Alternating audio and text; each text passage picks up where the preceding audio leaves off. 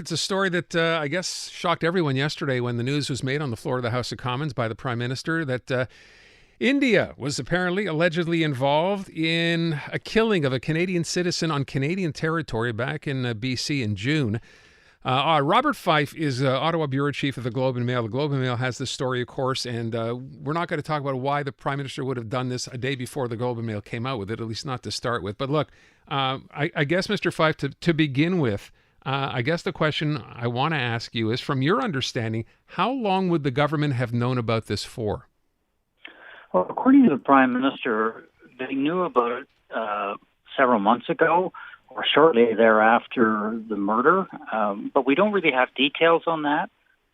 But presumably they had been monitoring Indian officials if they have come to this conclusion, because you recall earlier in the summer, friends of Mr. Najjar had said that CSIS, our Canadian Security Intelligence Service, had warned him that there was a plot to kill him. So one would assume that after his killing, the CSIS and the Communications Security Establishment, which is our Signals Intelligence and Cyber Intelligence Agency, began to listen in on conversations and picked up information that the two mass killers must have been connected to the Indian government. It also potentially could come from human intelligence sources as well. We just don't know enough information about that to say. When will we have more information, or will we? Well, that's a good question. Conservative leader Pierre Poilievre said, look, you've made this very serious and dramatic accusation in the House of Commons.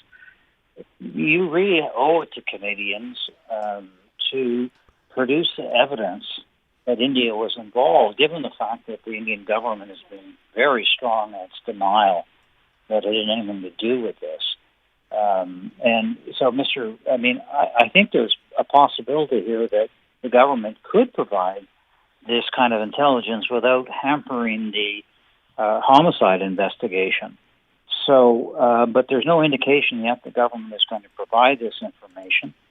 But there is going to be, I would think, growing pressure on them to do so. If you've come forward and make that kind of accusation, you've got to surely pony up to the bar and show people where this information is, this intelligence is coming from.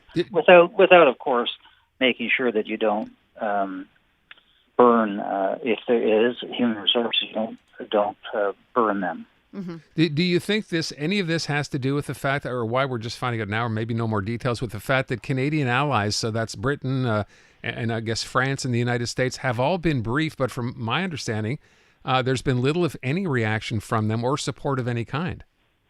No, in fact, the Prime Minister briefed the British Prime Minister and President Joe Biden and his National Security Advisor, Jody Thomas, also buttonholed officials of our allies at the G20 meeting last week in New Delhi, and she also flew to Britain, presumably to brief MI6 or MI5 as well.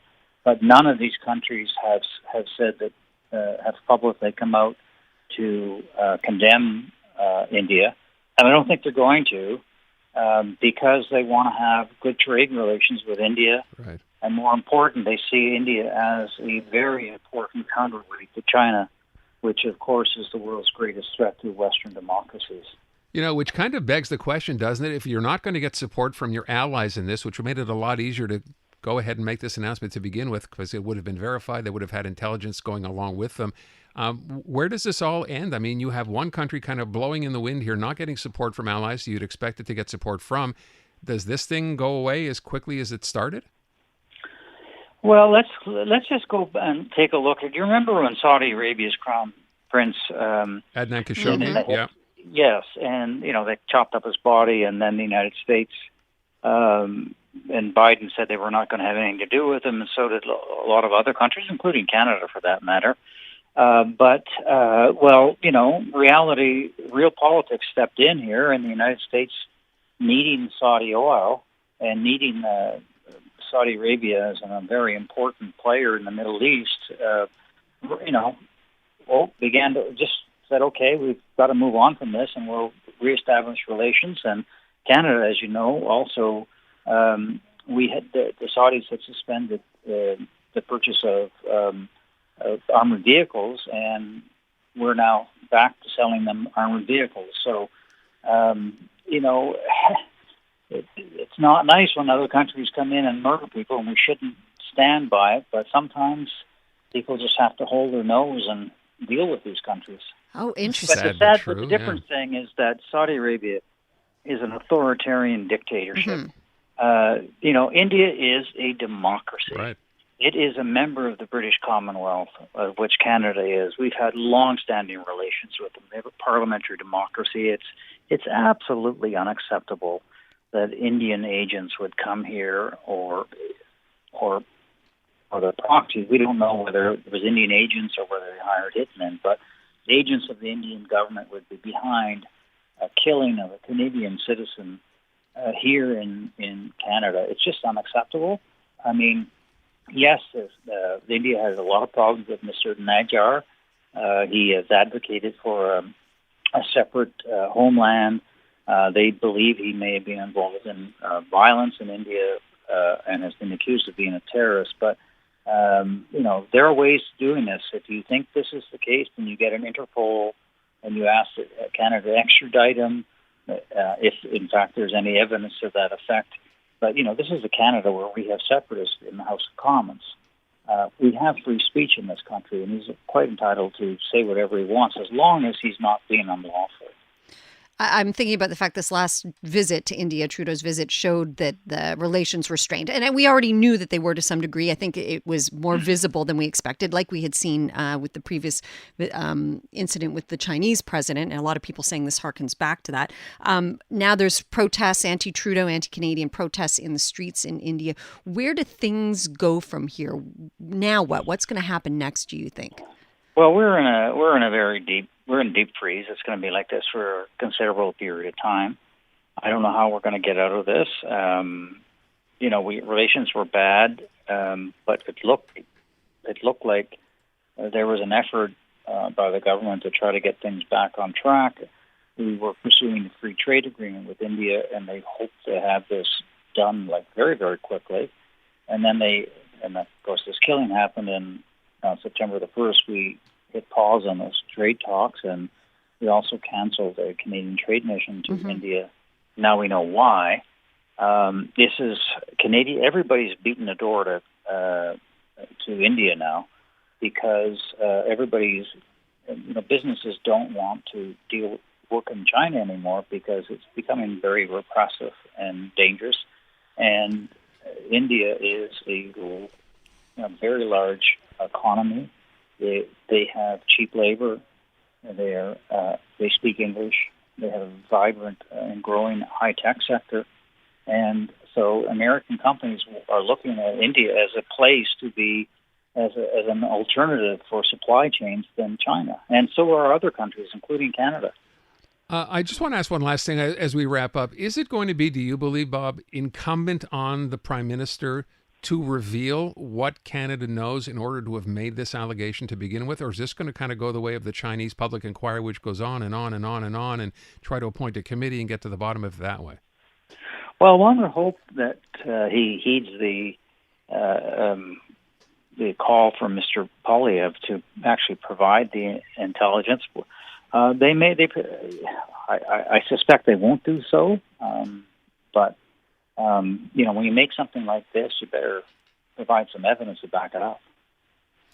I mean, not to say that there must be something here. The CSIS director, David Bino, went to India to present the intelligence. So did Jody Thomas, went there twice, the National Security Advisor. So there has to be something there. But they also say it's credible. They don't say that they have hard evidence. They say that there's intelligence, and intelligence can be read in many different ways.